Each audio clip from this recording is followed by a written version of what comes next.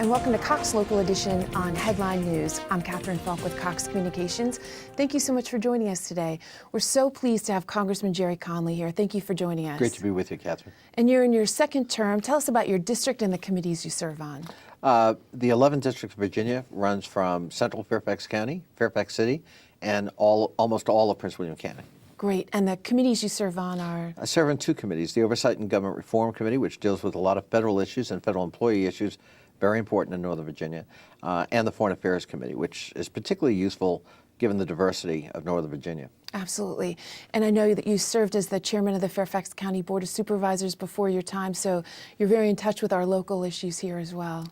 I had the privilege of serving on the board for 14 years, 5 as chairman, so intimate involvement with a lot of local issues. That's terrific. I know you were talking about your interest in federal workers and your work on the House Government Reform Committee. One of the biggest issues everyone is hearing about now is the need to reform Medicare and Social Security, and that's on most citizens' minds as we go through these debt and deficit talks.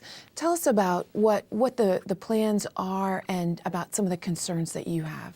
Well, one of the plans that I voted against is the Ryan plan, which would have essentially taken Medicare as we know it, dismantled it, and turned it into a voucher system for anybody 54 years of age or younger. Now, Medicare was formed 45 years ago because 60% of all of our seniors had no access to health care at that time. Today, virtually 100% have access to health care. 47 million seniors benefit from Medicare today. And it's a program that works. Now, we have to put it on more solid financial footing, and we have to get healthcare costs down, and we have to make sure that we're addressing inefficiencies in the system. But it is a false choice to tell our seniors, well, there's no choice, we have to dismantle the program because we can't afford it. That's simply not true, and that, to me, is an unacceptable proposition.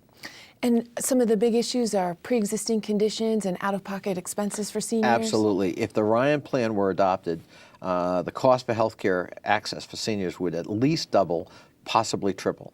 The donut hole in terms of prescription drugs that we were closing with health care reform would reopen. And of course, if you have a pre-existing condition, good luck on the market in getting health care coverage. Most of our seniors eventually will have a pre-existing condition.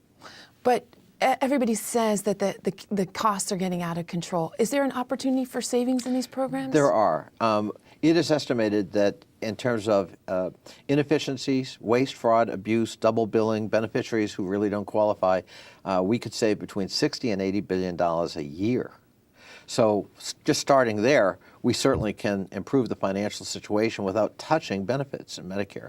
There are other reforms we can look at down the road as part of a broader context of making sure that entitlement programs are financially viable. Great.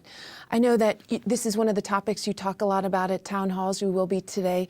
Tell us about the town halls. You have them in person and on the phone now. Yep. We're going to be having a series of town hall meetings on Medicare and entitlement programs, especially at some senior communities in my district.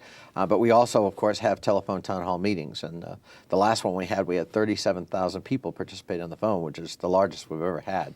So there's a lot of interest in this topic, and there'll be a lot of opportunity for my citizens to participate. That's great. And you have a lot of this information on your website, which is very helpful. I know you love to have people go there and leave comments for you as well. We sure do. Great.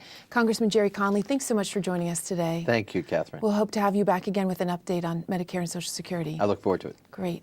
And thank you for joining us on Cox Local Edition on HLN. Thanks for joining us, and be sure to follow us on Facebook and Twitter. Have a great day.